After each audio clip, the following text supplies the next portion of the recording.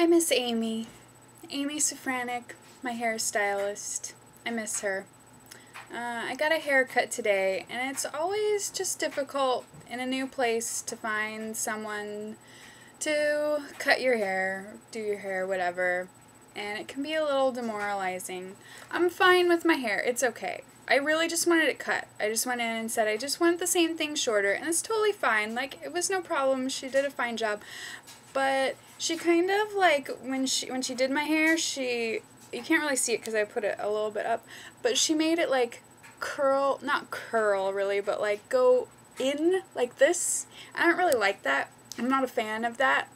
I would rather have it just straight, and so that's fixable. I'm totally gonna be fine when I do my own hair, but it just makes you miss the people who, when you leave having your hair cut, you think, I love my hair, and I could never make it look this good on my own, instead of, oh, I can't wait to get home so I can fix what they just did. So anyway, oh well. Amy, if you're out there, I miss you. What will it take to get you to move to DC? I will do not really anything, but we could negotiate. Anyway, this week is going to be busy. I'm leaving for Miami on Thursday. I'm very excited about that. Very, very excited. I get to see Derek and Sarah. And once Wednesday is over, I'm just going to be really happy. There's a lot that needs to happen between now and Thursday when I leave for Miami, but it's going to get done. And I don't know if I will sleep, but it will get done. Yeah, so this week, this has been like a non-violence packed week. Anyway, on Wednesday I have a presentation in my Peace Paradigms class, and I'm doing it with my friend Nora on nonviolent resistance. So we've been preparing for that. And then this past weekend, I did like this weekend class for one unit on Friday, Saturday, and Sunday, and it was also on nonviolent resistance. So it's been nonviolence, nonviolence, nonviolence. It's good. I'm a fan of nonviolence. I've learned a lot. And yeah, I also learned a lot about the Israel-Palestine conflict from my weekend class. That was really, really informative. So, questions.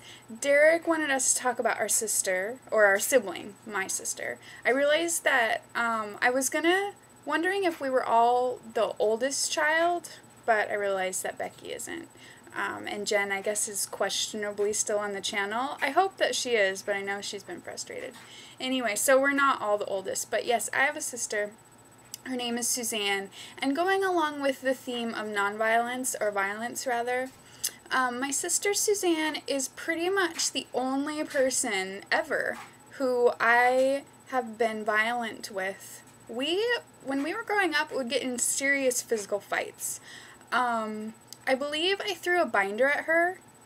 Yeah, I think that was me who threw the binder. I think she, like, tried to hit me with a rubber band. I don't know. There have been many instances, but I threw a binder at her, and it cut her. Once I had her, like, scratch my back on purpose when I was, like, 4 so that I could go tell on her, and she had to clean our room all by herself. I remember times where I've literally, like, been sitting on her and beating her with my fists. I have slammed her head in the door. I know, this is terrible. Me, the pacifist. But yeah, we fought a lot growing up, we did, but now we are actually pretty close, and I love my sister. She's wonderful. I think she's one of the people in the world who really knows me the best in a lot of ways and gets to see the goofiest, silliest, most undignified sides of me. So, yeah, my sister's amazing. She's hilarious. She's really smart. And you should all be friends with her because your life will be better. And she's in Fresno, and you are too. So be friends with Suzanne. She's amazing. My favorite fruit, I really, really like fruit. Pretty much all fruit except for melons, generally. Not a fan of melon in really any form. Watermelon is doable, but still don't really like it that much.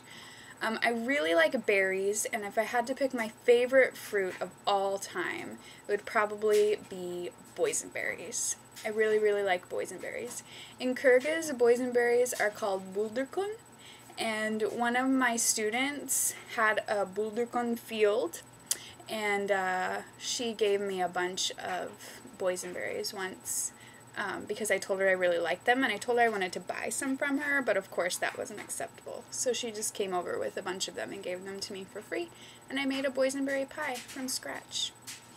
So boysenberry pie is really, really good.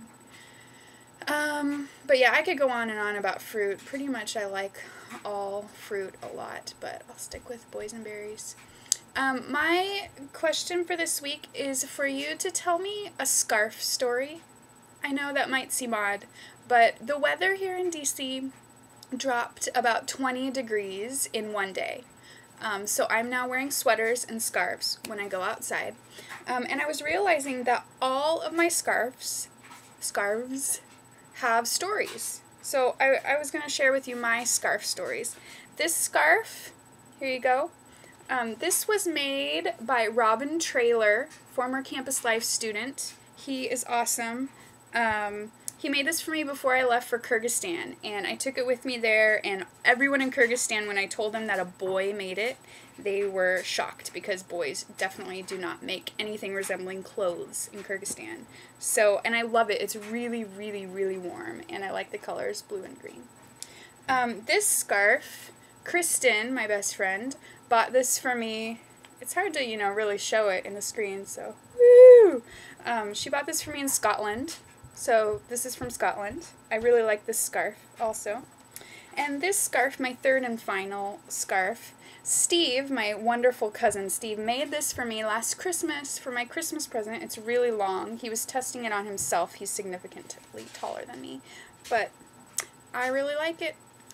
And, excuse me. So I'm wondering if anyone else has more than 2 scarves made by boys. That would be interesting to find out. So yep, here I am in DC. It's winter. Not really yet. It's fall. It's getting cold. I like scarves. Tell me a scarf story. And with that, I will leave you for happier days, Miami coming up, and presentations and papers being done after Wednesday. Love you all.